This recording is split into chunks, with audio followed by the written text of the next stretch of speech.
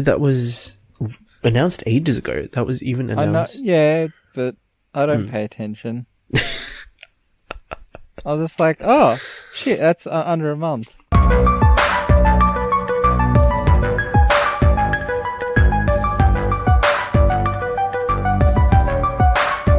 Hello and welcome back to the Great Mates podcast for another terrible episode. Today we have only two of us, so it seems like I'm in control at the moment. So hello, I am Nick once again, and with me is the one and only daddy of the podcast, Josh. Hello, daddy of the podcast.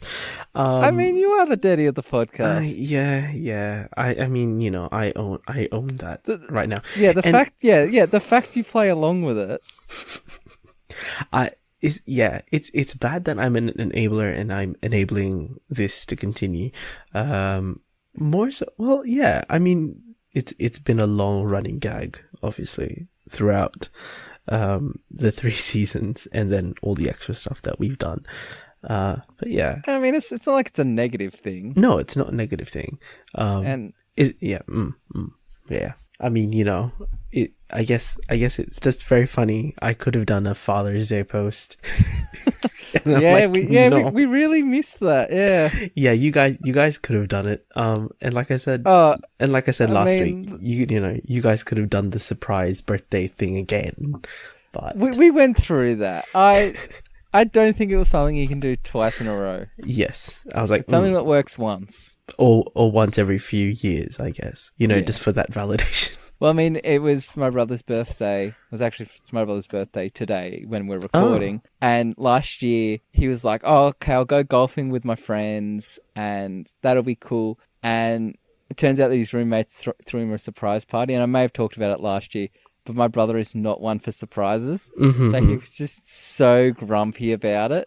Oh my God. He was like, I thought I was going to go golfing and, just drink a whole heap of beer. And it's like, we can drink beer at home. Yes. It's like, yeah, but I didn't want it.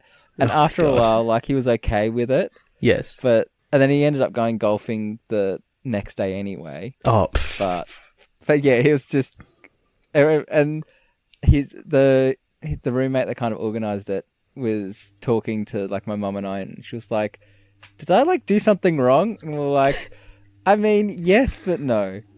Like, he knows that you're doing it with the best intentions, but like, you just stop trying with the boy.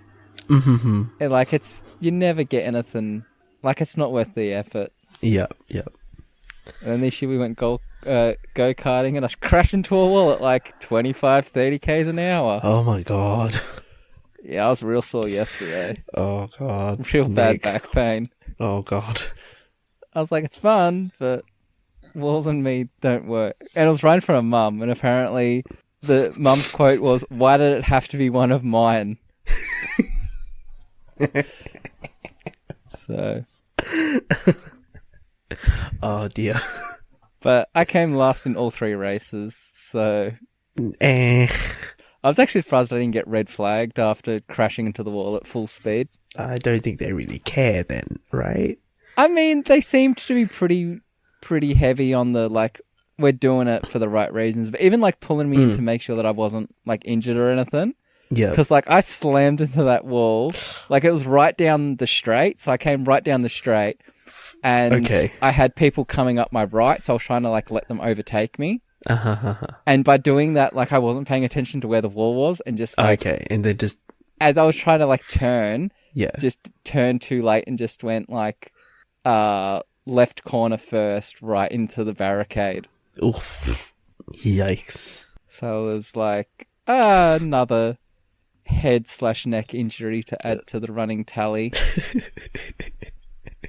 Yeah, no, you told us in group chat. I was like, oh God, not another. Yeah, 3 in the last 6 weeks, I think it is. That's a bit too frequent. Yeah, well, the first one was pretty bad. The second one, I think if I hadn't had the first one, I would have been a lot better. Okay. Because what happened was, like, we were doing a tackle drill at Quidditch, and as I went for the tackle, the guy I was tackling, like, kind of popped up too late and just put his shoulder right into my head. So it was like everything was fine, but like he just got me and kind of like gave me a bit of a daze. Mm-hmm. And I was like, cool, I'm going to go sit out for a while. And I was maybe out for like 10, 15, maybe 20 minutes, just sitting out and watching drills and that. And then I came back in and was fine. But I think, yeah, if I hadn't had the first one. But we've still got someone from the tournament where I got the first whiplash, concussion, whatever. She was supposed to go visit her boyfriend's family this weekend, and the doctor was like, you can't do an extended car trip. Like, she's not allowed to go to school, she's not allowed to go to work, she's not even supposed to be using her phone for extended periods. And I was like, I'm surprised that you're that bad. And she's like, I wasn't. It was just the lingering effects. Yeah. It is weird that all the bad concussions have happened since they brought in a concussion policy. Oh, interesting. Yeah, I'm trying to figure out like recommendations to make. Yeah. And I've been, because I'm like an AFL fan, I've been kind of like watching to see what they do with concussions. Mm-hmm. And then like trying to translate it into what we could do. Because at the moment, ours is based on the rugby league, which probably isn't the best to base it on, to be honest. But it's a pretty solid policy of if there is any appearance of, like if you go down and you say it's my head, you immediately have to go to the medics. Yeah. But like if you go down and it's a leg injury, then you can just go to your box. Uh-huh. But then what happened is, I mean, I've probably talked about it a couple of weeks ago, but yeah, I got my head injury, went to the medics, and they asked me a couple of questions, just like, are you dizzy? Can you see straight? And I was like, yeah, I'm feeling pretty good. And they're like, okay, just go sit down for 10 minutes. I sat down, game ended, I got up to do the standard, like, good game, handshake, and just, like, had a dizzy spell and was just like, I'm sitting right back down. Mm-hmm. So I was like, what could have the medics done there to be better? Like, do they hold me for longer? Especially, like, if they're not doing anything, is it better to just then, like, keep me around for that 10 minutes? Mm-hmm. But yeah, so it's been a adventure in trying to not kill myself. Yeah. Yep. At least I'm not playing next weekend. That's good. I mean, that's because I'm not paying $30 to play 3 games. Fair enough. Because the New South Wales body is greedy with money. Oh, and we've heard this before. Yeah, but whatever, it's fun. Instead, I'm field managing, and I might be selling some stuff for charity and just helping out around the place. So keeping busy as well, and like seeing people that I get along with half decent. Oh yeah, that's good. So yeah, what's happened since last episode? So, I don't remember if I actually talked about this last week, but I went and saw Puffs, the play, at Powerhouse, which is still, I believe, when this episode comes out, it'll be on for like another 2-ish weeks, I think. Oh, so a pretty short run. Actually, it was gonna end a lot shorter, and then they extended it for like another 4 days or something. So it's actually gonna finish on the 29th of September. Yeah, it's pretty short. But I mean, maybe I'm just thinking it's a lot bigger than what it actually is. I know the American one is off Broadway. So I mean, that's where the original play came from. It's an American production, but the one that tours here, I can't remember how long it was in Melbourne and Sydney. It was in Melbourne for quite a while, I think. I think it was I think it was because they were around sort of the same time as Cursed Child was sort of premiering, and that's why they stayed there Yeah, for a lot maybe longer. they extended it and tried to. I Maybe mean, also, I mean, this is where you kind of need Anastasia on. yes, But and that girl be unfortunately, busy, but yes.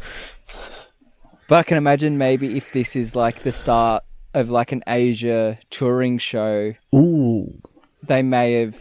Cause, I mean, that's what happened with Wicked. Wicked was in Melbourne and Sydney for ages. Yeah. And it's like, it's one of the, I think it's still going on Broadway at the moment. But then it ended up going to like Singapore and around Southeast Asia. So maybe the idea is that they were in Melbourne or Sydney or both for a while, just kind of like getting a strong cast, getting some hours into them. Yeah. So that you can do like shorter runs, and those runs like every show be a smash. Mm-hmm. So Yeah. but also I don't know how theatre works that well. And neither do I, like, especially like the Australian like theatre area. I'm just going back through the website. It says that it was in Melbourne for 12 weeks. Okay. For a 12-week run. And then Really not that long. No. Sydney was, I assume, it says here from the 17th of May this year until, I can really only assume, maybe, not even August, probably July. So another 10-ish weeks. Yeah. 10 to 12 weeks. But yeah, they're here really only until the end of September. So it's actually, this sort of Brisbane season is actually quite short. But I went in, I got myself a ticket to go and watch one of the preview shows 2 or 3 days before the official opening premiere. It's really good. Obviously, Yeah, well, that's the thing with shows that have been going for a short while. Like, previews are not previews. Yeah. Like, they're already good. Oh, yes. And so you can go to a preview and it's still be... It's still it's going to deliver still the same be like quality. at least a 9. Yeah. I will say though, the amount of, I guess, because obviously you need to modify some of the dialogue to make it work. And this is a comedy parody, play about, stuff that goes on at Hogwarts and, just dropping in like in jokes about, people being from Ipswich or, bin chickens, things like that. It's really funny. I guess the funniest part for me was, I believe this was, in the second, post interval. So this would have been the second half. They had a scene, where there must have been some sort of ad lib thing that they were trialing, or, it has been a running gag in most of the, for most of the shows. But, it's just great and fun to see that, actors can break character just because the bit is so funny, that they just need to laugh along with how ridiculous the scene goes. And trust me when I say, like, the entire audience was pissing themselves laughing at this point. And it's even better when the laughter from the audience continues into the next scene, causing one of the actors on stage to also break character and piss himself laughing. So, it's always fun when there's that much audience interaction involved. And speaking of like cast, I guess the only person I really knew out of that cast was, I will butcher her name if I don't do this properly. My sincerest apologies where it is. Kimitsuka Koshi. So she plays, where do I know her from? Oh, Family Law, obviously. It was one of those shows. It was going to be one of those, one of those Australian shows that I happen to watch. But everyone else is really good. And yeah, I really, really want to go and watch again. It's that kind of show that when you leave, it's like, oh my God, it was so good. I really want to go watch again. And people have. I know people I've seen on socials, like people watching have gone twice or 3 times already. And we're only in like the first week of the proper like run of the show. So if it's that good, it's not my recommend, although, like official recommendation for this episode, but it's up there in terms of my overall recommend. If you ever are in the area where, Puffs is going on, definitely go watch it because it's fucking hilarious. But yeah, that was a really good birthday gift to myself. Apart from that, yeah, just trying to sort shit out for my final year of my degree, which is always fun.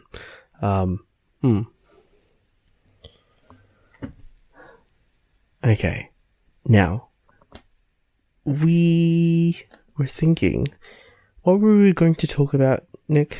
I can't remember. Something about the whole science paper thing.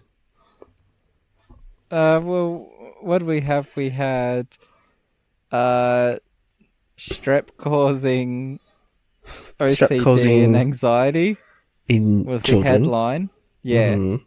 Which we read into and found that it was a little bit more complicated than that. Yes. Turned out what it turned out to be, it was like the virus attacks brain chemistry or something. More like there's cross reactivity from the body's immune system. Yeah. Yes. So if I try and break this down into even science headlines are terrible. This is the thing, right? Some depends where you go to get your science headlines. For sure. That's the difficulty of being a science communicator, or your science journalism, I guess, is how to distill the essence of what a study or what an article is into 10 to 15 words that is palatable for the general public. You would know as good as I know about like the headlines of papers and like they're never entertaining. No, they're usually very dry. They're very dry and full of technobabble, and yes. Even if you're slightly in the know, you're like, what the fuck is this about? Mm-hmm. So it's much easier to boil it down to disease caused OCD. Yes. But again, it's not entirely representative of what the actual story is. But yeah. Also, a difference between journalism and paper publishing. Biased and non-biased media. Mm. Yeah. Because with papers, you're just trying to... less tell a story, more... it's mostly research, so it's the findings of your research, when journalism is telling a story, and it's like you're looking for short attention spans and reading. Mm-hmm. Yeah. But yeah, like you said, research technically is not meant there's to also tell been a story. Terrible research. There's also been terrible research that is trying to tell a story or get a viewpoint across. Oh, like the old vaccines cause autism study that was retracted. We'll never let that down. Hey, it's led to my favorite meme of autism causes vaccines. Oh, that very interesting reframe, I guess. Well, yeah, because a lot of people on the spectrum go into STEM. Yes, and then work in research, and then to develop vaccines. Yeah. Is that a helpful side effect? I don't know if it's helpful. No, it's not. But again, it also makes you feel that like maybe autism spectrum is not a new thing. Yeah. Ah, dear. But yes. So in the last few days, I think days, yes, last few days, when we're recording this, there was a study published in Science. So Science is like arguably one of the biggest sort of journals, magazines really, where people, researchers, want to get published, either Science or Nature. Science is sort of the more general-esque one to publish stuff in. Nature is mostly biology or mostly ecology, depending on which stream you end up applying to get a Also, weirdly, a lot of chemistry. Nature? Yeah, apparently there's a lot of chemistry in there. I think because it's the classical sciences. Yeah, and I suppose chemistry... Nature's always been classical science, yeah. Like, chemistry does have a lot of ecological or environmental science, yeah. Yeah, like a guy from Germany who was doing a small amount of study in Australia, he was a physics student, but he was looking at developing, what's the word? More powerful solar panels. Oh, okay. Increasing efficiency. Yeah, higher efficiency solar panels. Yes. So I mean, like that's nature in a way, because you're looking at renewable energies and. I mean, it's just they find a way to justify publishing in whatever paper it's being published in. Yeah, and that's why I say that, like, even if Science isn't meant to tell a story, sometimes we have to modify our articles to suit. You have to pigeonhole it in somehow. You got to pitch it somehow, somewhere, and yeah, you got to edit some stuff to make it work, especially for like stuff like that comes out in Science and Nature. But this is basically a massive study that was conducted in the UK and across countries as well, but mostly people from the UK who did some genomic studies, genomic analysis, and found that really there's no single gene that causes people to become attracted to the same sex.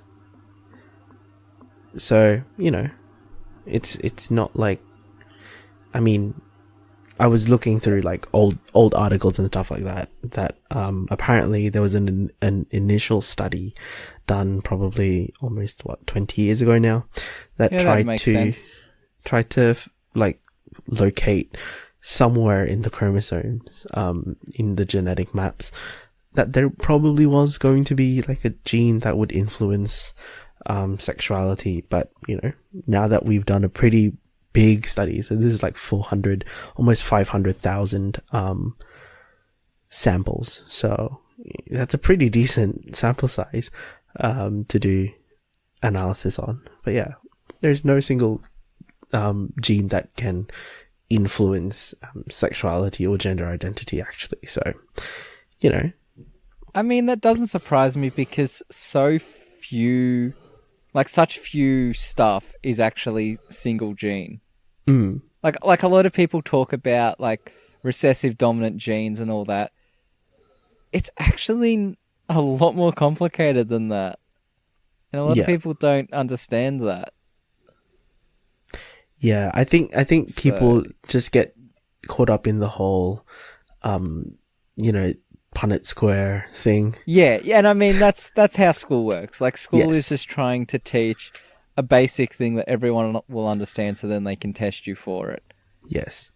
But then when you enter sort of, especially like at a tertiary level, I guess, you get to understand like life is a lot more complex than Punnett squares and recessive and dominant and autosomal stuff. So, you know, and people tend to forget like genetics might be one thing, but also the environment that someone is placed in can also have an effect on the genetic expression and, you know, and how that manifests behaviorally. Well, I mean, there's even when you're looking at like genetic stuff, there are a lot of genes that will not be triggered until exposed to environmental factors. Yeah.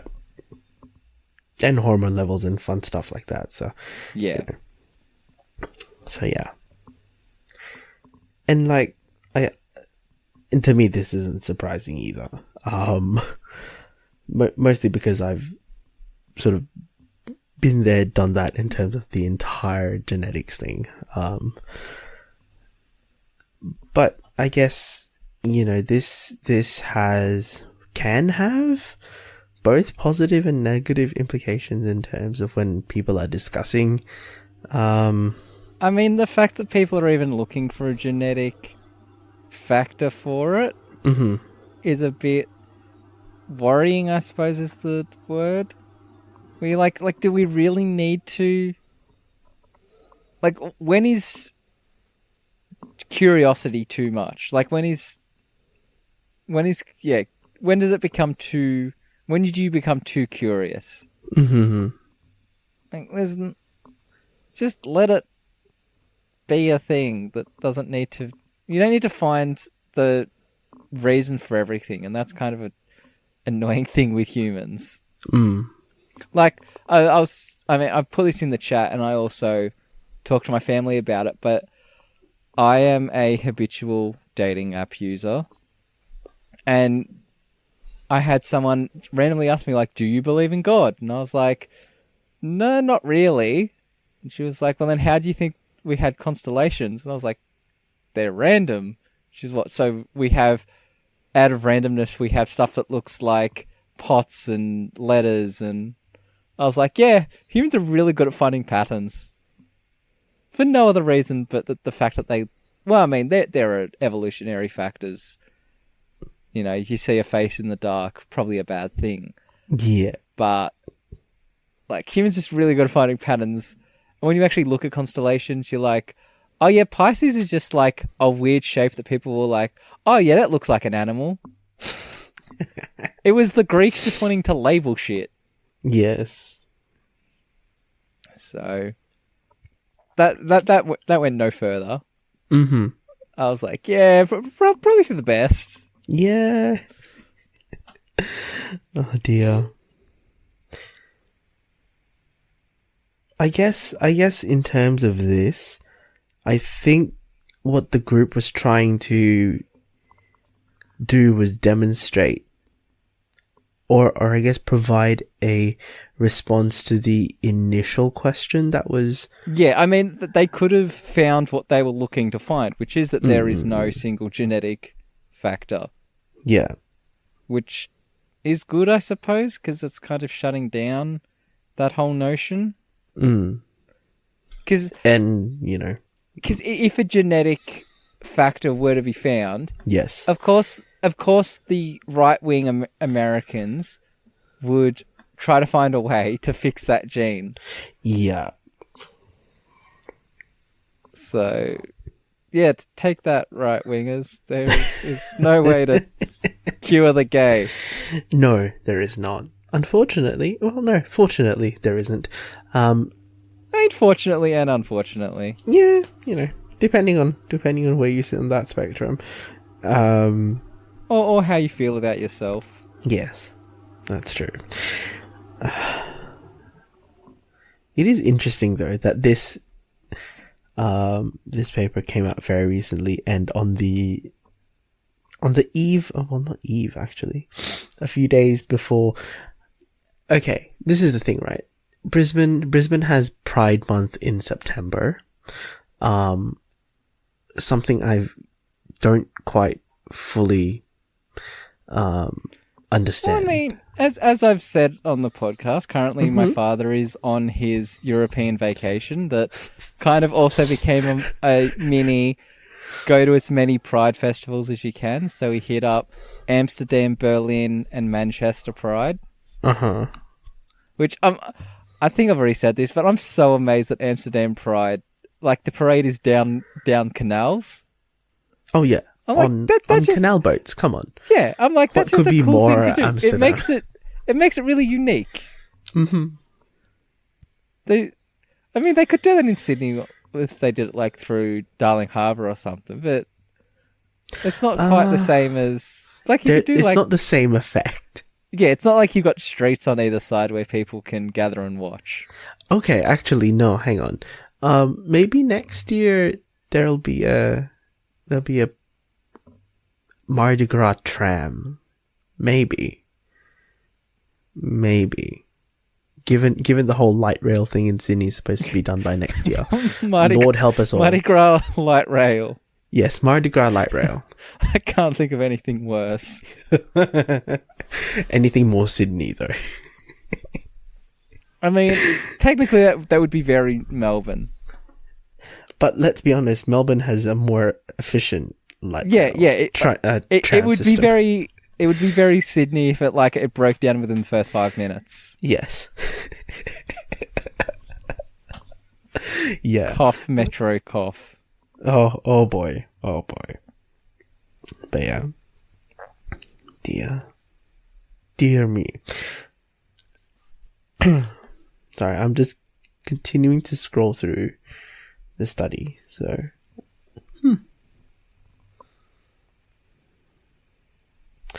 although I think, let me see. Let me actually double check if the authors acknowledge that they were only looking for same-sex sexual behavior.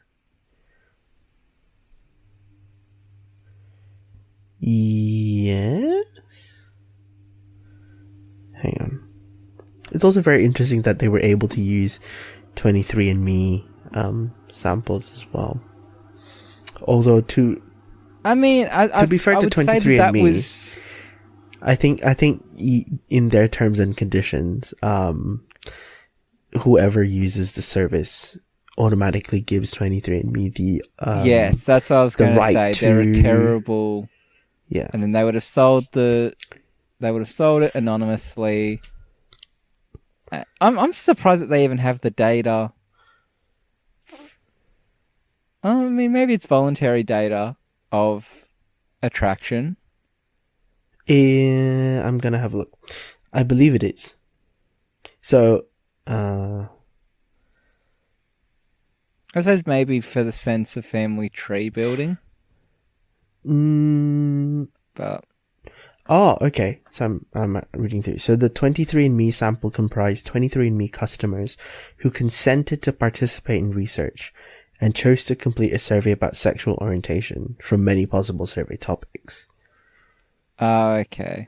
So I assume 23andMe obviously says, "Do you want to participate in research?" Or, do you want to do X, Y, and Z surveys, and they will be used for genetic research ideas data. And have they give you a discount for that? Oh, I don't know. I don't think they do. Well, that's a bit cheap. I mean, it is like $100 to do the box and then get it sent off. Especially when they'll be selling the data. Like, they're making... If they were to give you a discount on the surveys, they'd be making money back. Yeah. I guess that's the discretion of the people at 23andMe. Yeah. Yeah. But yeah. I'm gonna have to read more into this because this is a very, very long article. But I do appreciate the fact that it is quite well cited. Yeah, that's always good. But I was also just thinking, like if it was single gened, how the fuck does bisexuality and pansexuality factor into that? Yes, which is why it's like, and also non-binary attraction, asexuality, I mean, I get the non-binary attraction because it's like, yeah, I don't. It's fucking complicated. Attraction's Yes. way too fucking complicated. Yes. And then you split that into romantic, platonic, and sexual, or any Yeah, combination of those three. Yeah. Yeah, as a side note, I'm always very amused by like publications that are done either like with massive collaborative teams, especially for things like astronomy, um or like, multidisciplinary international collaborations as well for things like genetic stuff. Just because, it's hilarious to see 100 names put into the front of a paper just to acknowledge who is who. And it's always funny just to go through and see level of importance and stuff like that. yeah. Having been on a published article, hi, yes, your boy's published one article to my name so far, but it's just funny to see where I ended up in terms of author order. Quite nicely, actually. I'm fourth. So after lead author, and then, two more people, and then me. So in terms of the work I did, that's actually pretty decent. Out of like a list of, if I remember correctly, like 15. So, Yeah, no, that's pretty good. Mm. A guy on the team who is a PhD chem student, he pushed to get his name higher up because he was doing a co-study with Chinese Chinese researchers in China, Mm-hmm. and he ended up finding that their research was faulty. Ooh. But they were all like better. Like they were more published and more esteemed than he was. And he was and probably like mid-career researchers or something. Yeah, and he was like, Yeah. I get that, they kind of need to be published on this. Yes. But like, if I'm doing the work, I want better recognition. And obviously a better place in the author list. Yeah. I mean, that's supposed to be how it works as well. Like, the more work that you do, if you're not obviously the lead author or like a co-author who does the same amount of work, you tend to have to be like put earlier in that list. And then like the last author tends to be whoever the principal, the boss is, if they're not the lead author. And then the second last person also can be someone that is quite important, like a co-supervisor or another primary investigator or something like that. But yeah, some depending on where you end up in terms of research and publications, those rules can be bent and flexed, and misused. And thankfully, I guess I haven't been on the receiving end of that sort of petty sort of stuff that goes on. So, but yeah. That reminded me of, and again, I'll probably butcher this, but so people know of Bacon numbers. There is, so you have Bacon numbers, which is an actor's separation from Kevin Bacon. Okay. 6 degrees of, 6 degrees from Kevin Bacon. Yep. There is a STEM version of that to do with papers. Have you heard of this? No, but I'm intrigued, so go on. So the Kevin Bacon of this is Hungarian, so I'm probably going to butcher his name. Okay. But his name is Paul Erdos? Uh-huh. Let's see if there's a pronunciation. There's an umlaut over the O. Oh no, that's not an umlaut. That's a thing. quotation mark accent. There are 2 dots above the O. That's not 2 dots though. That's not an umlaut. Well, 2 apostrophes, 2 dots, Yes, those 2 things. something. It There says-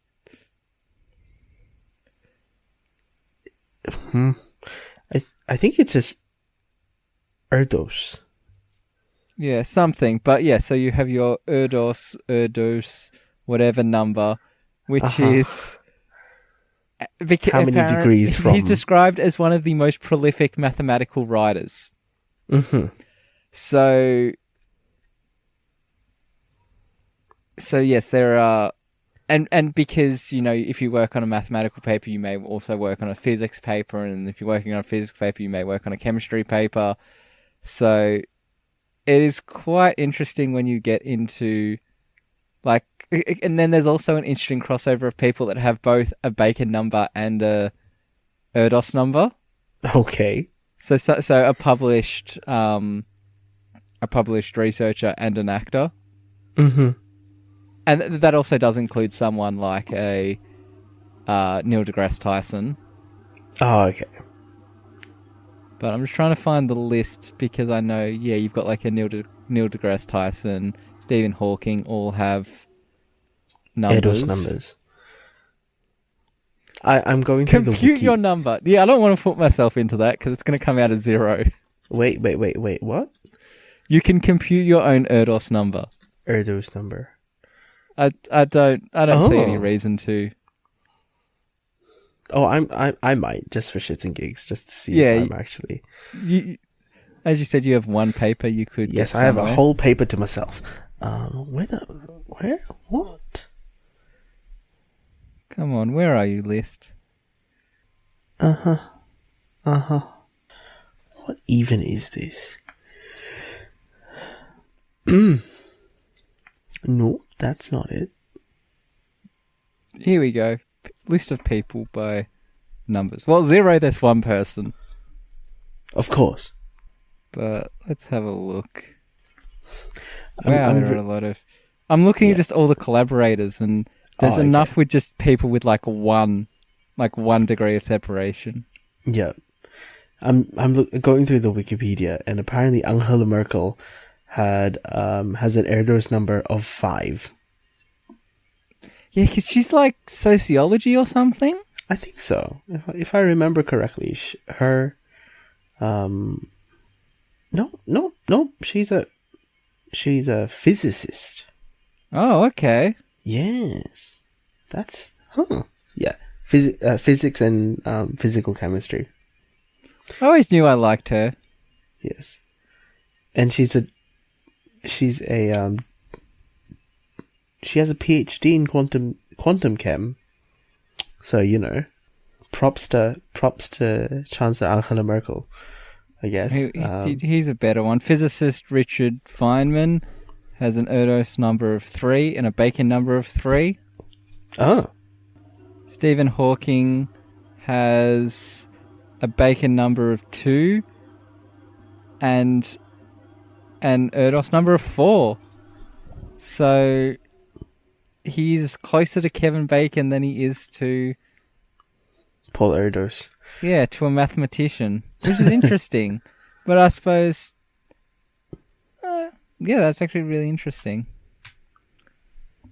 Or you've got actors like Danica McKellar, who is Erdos of 4 and a Bacon of 2. Natalie Portman.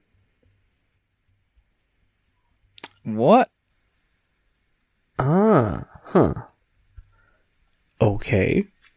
Okay, so she has a Bacon of 2 and an Erdos of 5. Colin Firth's included there. What? Kristen Stewart is credited as a co-author on an artificial intelligence project that was written after a technique was used in her short film. Okay, I was like, she does not have anything to do with artificial intelligence. But also, that shows how little work you have to do to get onto a paper. You just have to produce, write and direct a short film, that has something to do with artificial intelligence that sparks someone's idea for a study. Okay. As you can tell, dear listener, we are deep in STEM. So, but yeah. Well, that's what happens when you don't have Brandon shutting all the STEM talk down. With penis. Yeah. Well, he shut it down with many things. Yeah, but mostly penis. That is well proven. I guess onto more on brand stuff. Nick, you were telling me before we started recording something about Good Place and their social media thingy. Yeah, so I've noticed recently it started with the Good Place and it's moved on to, I suppose I'll call him friend of the show, Elliot Morgan. But this habit of people, we can call him a friend. Okay, sure. We know people who have met him and whatever. Let me grasp at straws. Okay. But I've noticed this habit, this small little weird thing of people posting 3 image banners on Instagram that will then like make one picture. Because like on Instagram, it's when you open up the app and you're looking at someone's profile, it's in rows of 3. So if you post 3 images, they will form like a banner, which I then love because once you post one thing, like the banner's broken. Yep. But I mean, like, that's why.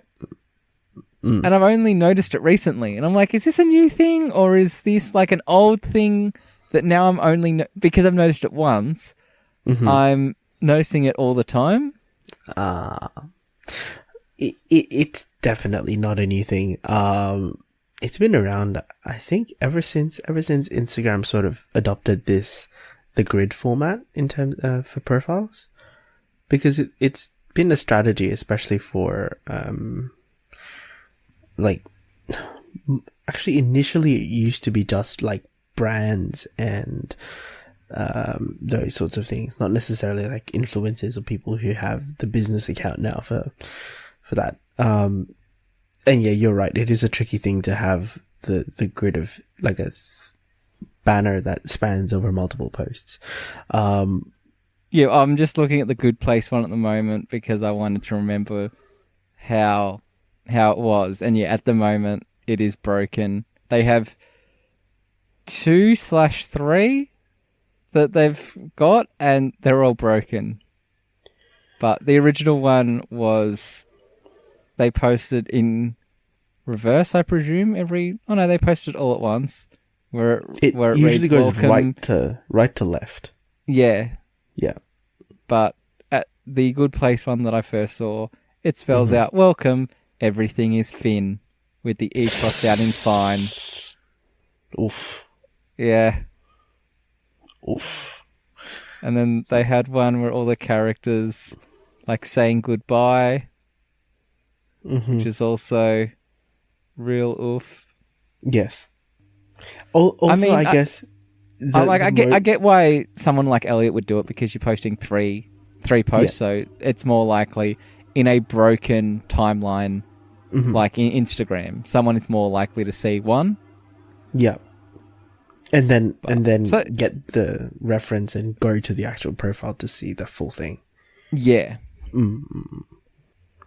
But yeah, I'm just particularly interested in on the Good Place Instagram. Chidi's picture says it's been unforgettable, and I'm like, boy, we're touching on. Also noticed the location on the Good Place Instagram. Yes, Jacksonville, Florida. Jacksonville.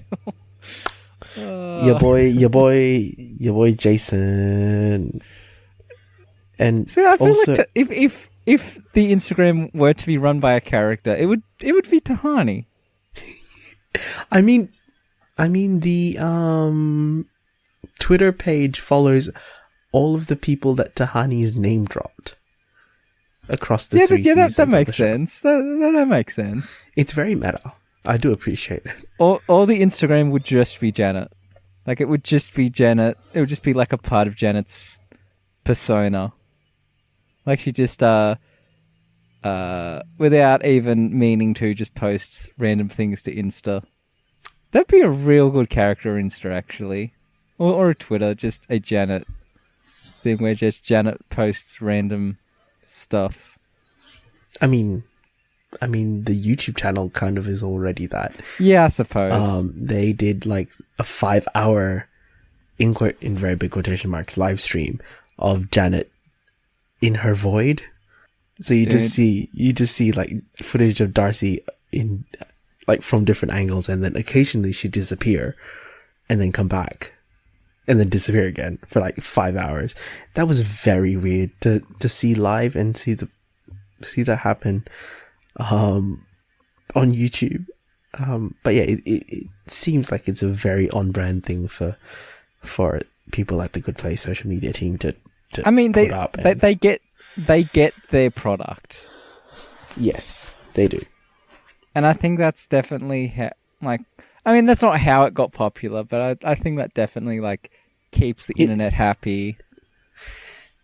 Yeah, I mean, you know, it sort of helps the image of the universe, I guess, of the Good Place. Oh, and the existence of the podcast and that's true. But yeah, especially in a show that isn't like your usual 26 episodes.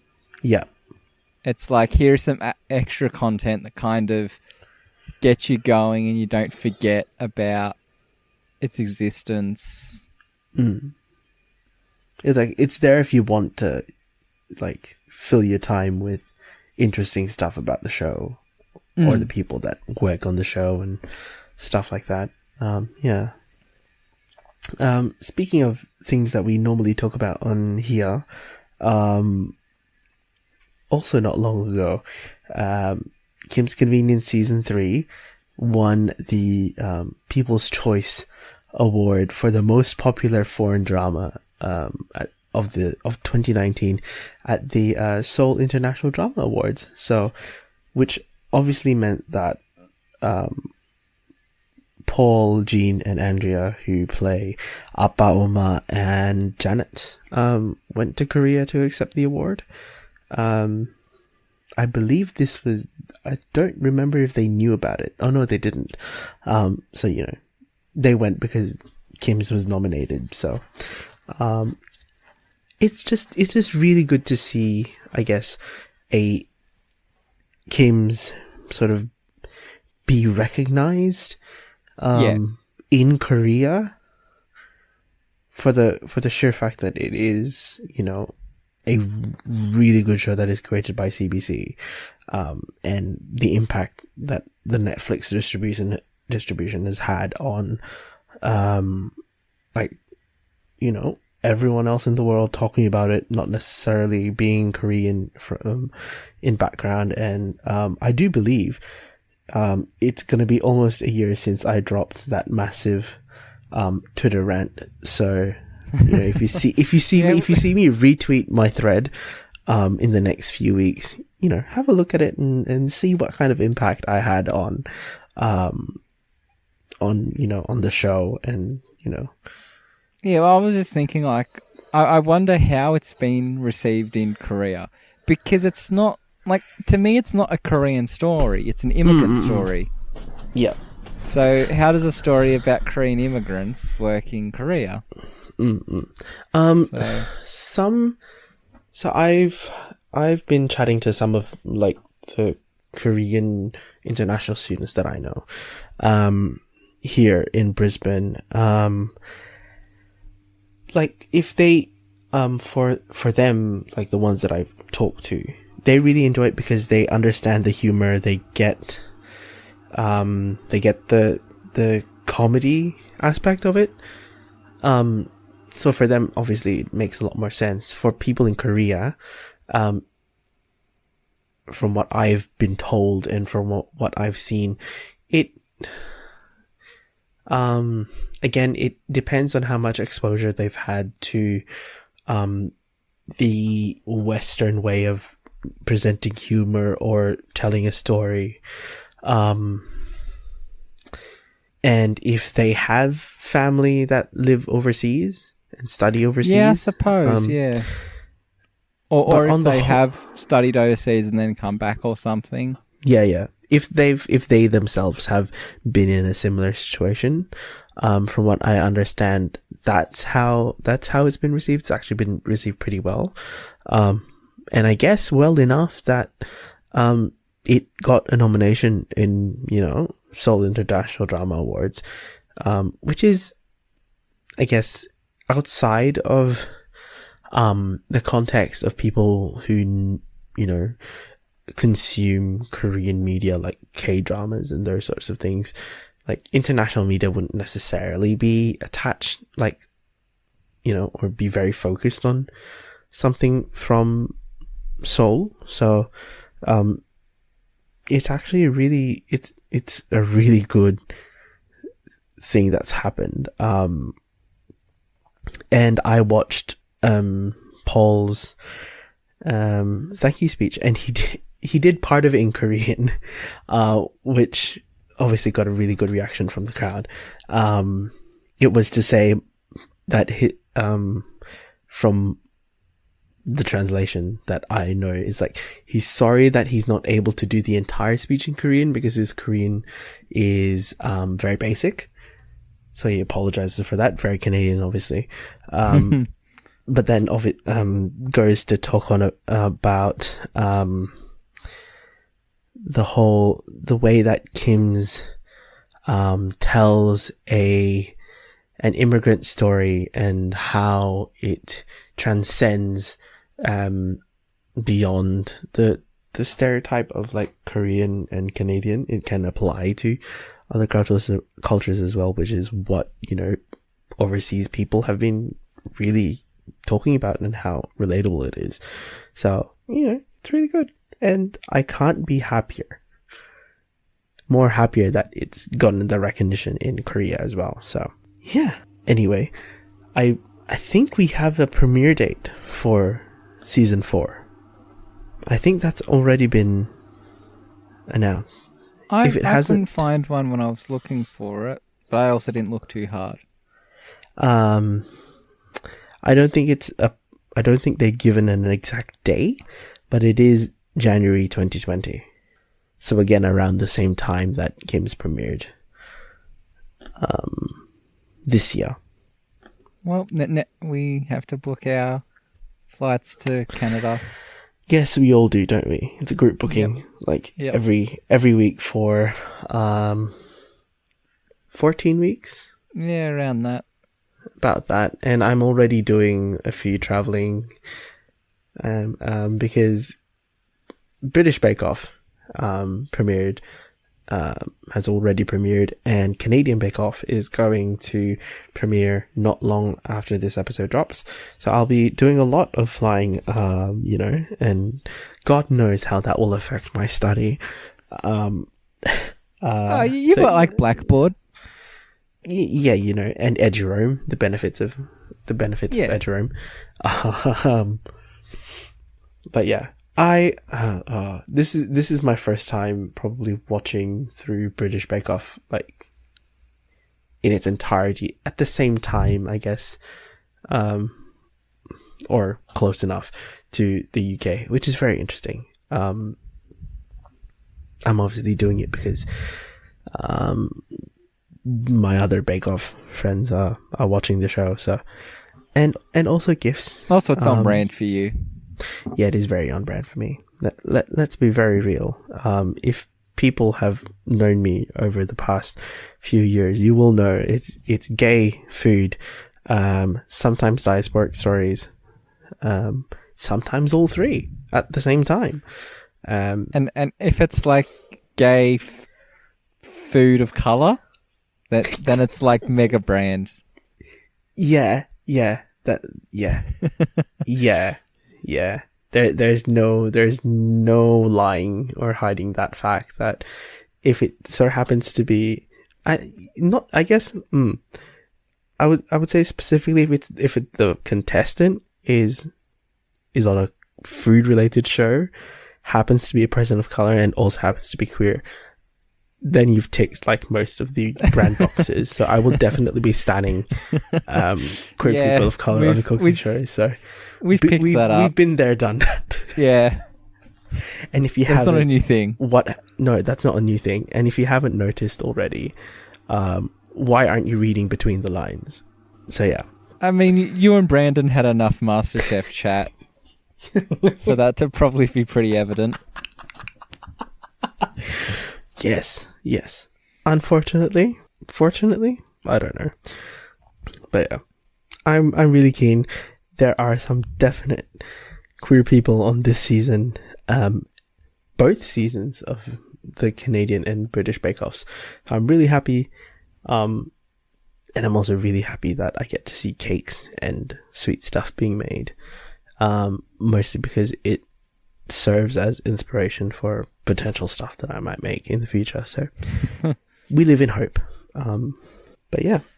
Well, I went to a very small party yesterday, and this is not a shot at my friend. I love my friend, but she did the very. It reminded me a lot of my grandparents of just like, oh, you're going here, take a whole heap of food. Oh, and I mean, I had some. It was okay, but they were like these almost like chocolate truffles, and not rumbles. No, they were like almost fudgy. And I figured out after a while what exactly... Well, I don't know what exactly they are, but I figured out... Cake pops, but not on sticks? No, because it's not cakey. Did you say fudgy? I figured out fudgy? Because it's... I don't know how to describe it. It's almost kind of mochi-like, but not like jelly. It's like... I don't know, it's really... not jelly, though. I know it's not jelly, but it's... It is gelatinous. Yes, there we go. Yeah. And I was like, these taste kind of weird. And I figured out it's because she's Brazilian and South Americans love condensed milk. Oh, so it was literally just bowls of dulce? It was, yeah, pretty much. Oh my god, that is so sweet, but also... Yeah, and I was like... Oh, that's way too much for me. Mate, you don't chew through dulce. you suck on them. Well, no, these were like you bite them and stuff, and I don't know. Do you though?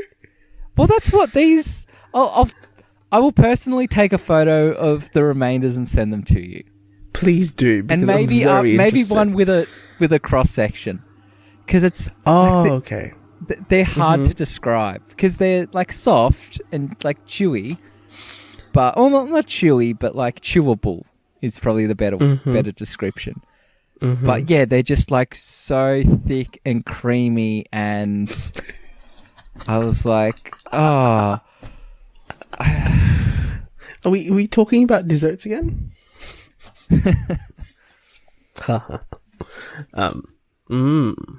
Oh, okay. Let me just double check. And then she joked about giving me ice cream cake, and I was like, "Oh my god!" Like she wasn't going to, but it was, it was like, if she could, she would have. Oh, okay. Just to for shits and gigs. Well, it was for her fiance's birthday, and her fiance's brother and fiance's mum all have like their birthdays in the same like fortnight. Oh, wow. So their tradition is that even fiance's nephew is in that block as well. Oh my god. So the family tradition is that they all have like one party. So there was like 3 cakes at this party yesterday. Yeah. So it was like, and there was very few of us there. So like everyone got a decent amount of cake. And I was like, I ain't eating all that cake, because if I ate all that cake, I ain't making it home. Yeah. But there were cats, so Oh, okay. cats are good. I just dropped something in linked up, so have a look at. Yeah. Are they those? They probably will be if I have a look. Okay. Yeah, so it's brigadeiros. Yeah, no, that is exactly what they are. Yeah, brigadeiros. Yes. And Literally just dulce, and chocolate, which is ridiculous sweet. Yeah, that's exactly what they look like. Yeah, and because I thought they were just going to be like almost like a rum ball or a truffle or something, but no. It's lactose intolerance waiting to happen. Yeah. Not just lactose. This is like glucose spike. Yeah. Well, I was looking for something sweet. Okay, fair enough. Probably not something that sweet. That's why I tell you, you don't chew through them, you suck on them. At least it's a more gradual. It's more of a gradual, glucose sugar increase. Yeah, rather than a massive spike, and then you get sick after chewing through how many bowls. So yeah. Well, there were two different kinds, so I had one of each.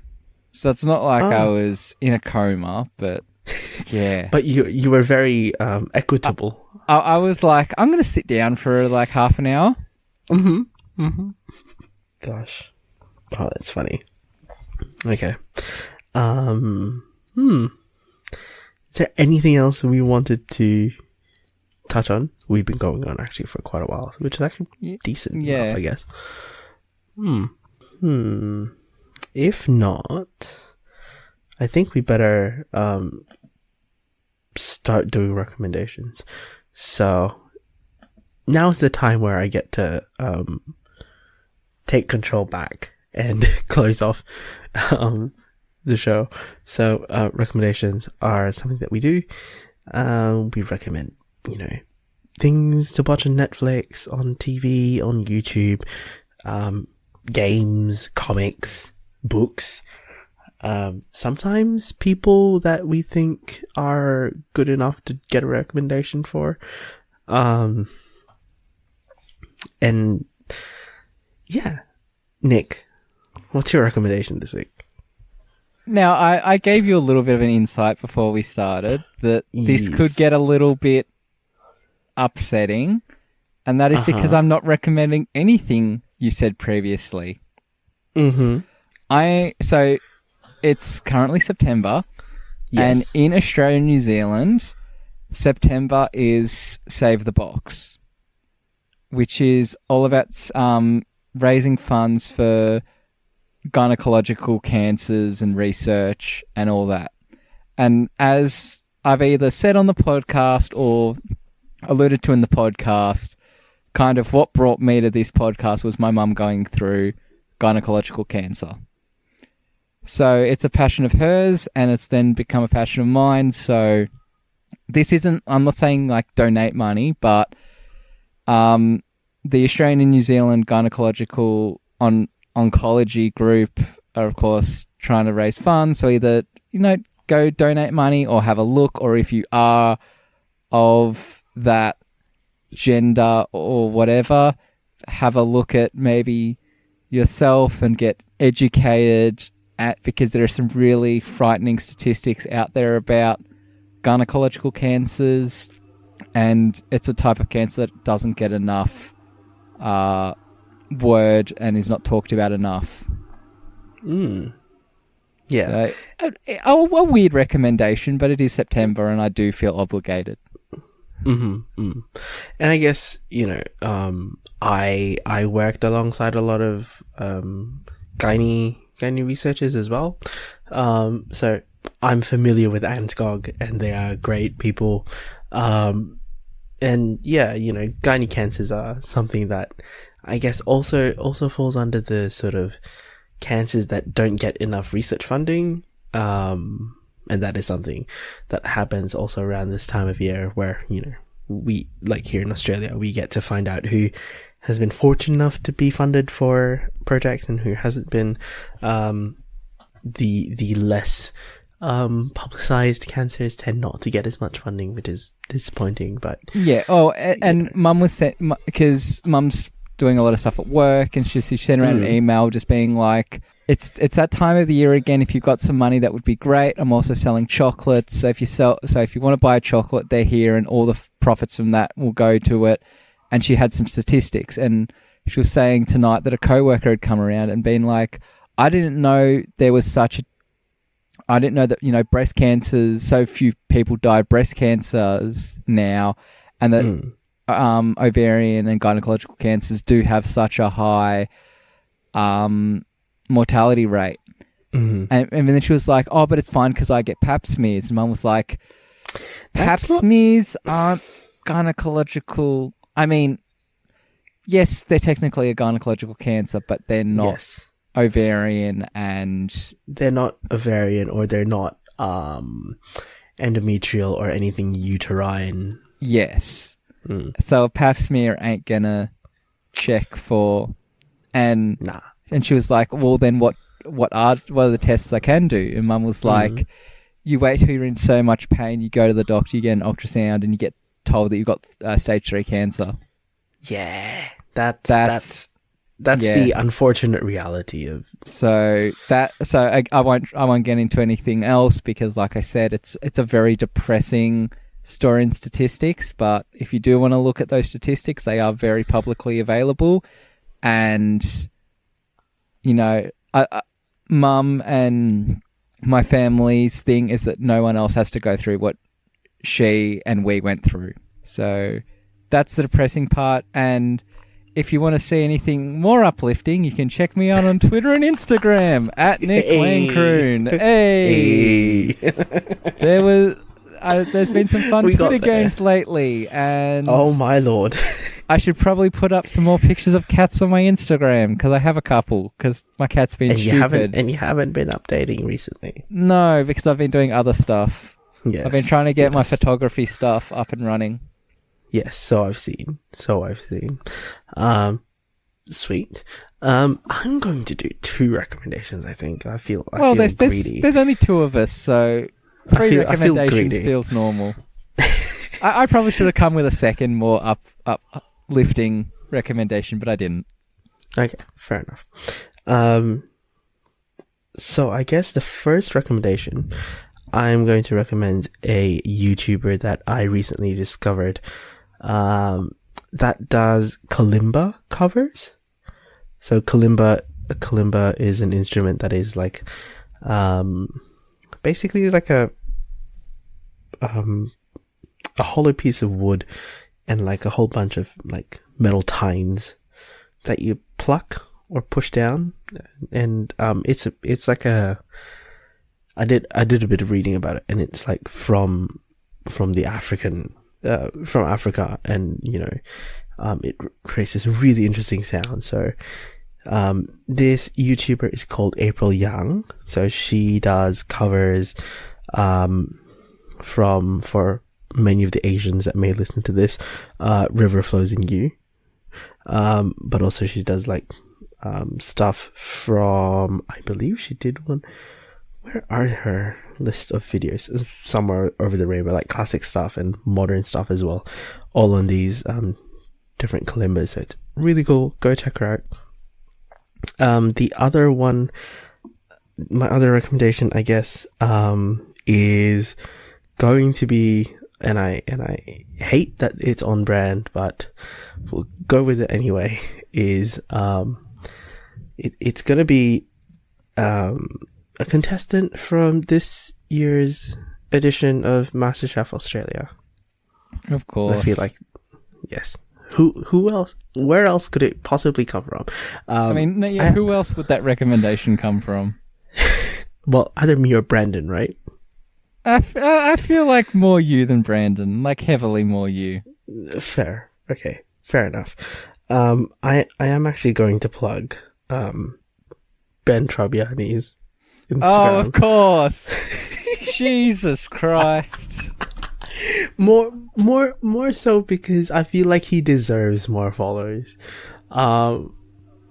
the man posts really good like food photos. So, and like, you know, go check it out because man's doing really good stuff, and I'm actually quite disappointed he doesn't have more followers than he actually does right now. So go find him. Also, he does the occasional tweet. So, you know, if you come find me, and then you can find Ben, you can find me on Twitter and Instagram as Abang Pinoy. If you want to follow the podcast on socials, we are also on Twitter and Instagram as Great Mates Podcast. If you liked this episode, want to go through our previous episodes, you can find us basically everywhere you get a podcast except on SoundCloud. So what that means is Apple Podcasts, Spotify, TuneIn, iHeartRadio, I think we're also on there, and a bunch of other platforms. We've also got Spoilers for Days and Let's Get Deeper. So Let's Get Deeper, the last 2 episodes are dropping from this week and then next week. These last 2 episodes are going to be really fun, but also really interesting. Can't say why. But yeah, really, you know, if you do like what we're doing over there, let us know, because it might serve as impetus for future stuff. And if you liked them, definitely go sub to those separate feeds everywhere you can find us. Apart from that, if you want to drop us any questions, feedback, send us topics, you can do so on our socials and slide into our DMs. I think that's it. I don't think I've missed anything. No, I don't think I've missed anything. Oh, well, I think we might as well plug it now. So, obviously, the Halloween is like, 6 weeks away? So, if you want to send us Halloween-related stuff, feel free to do so.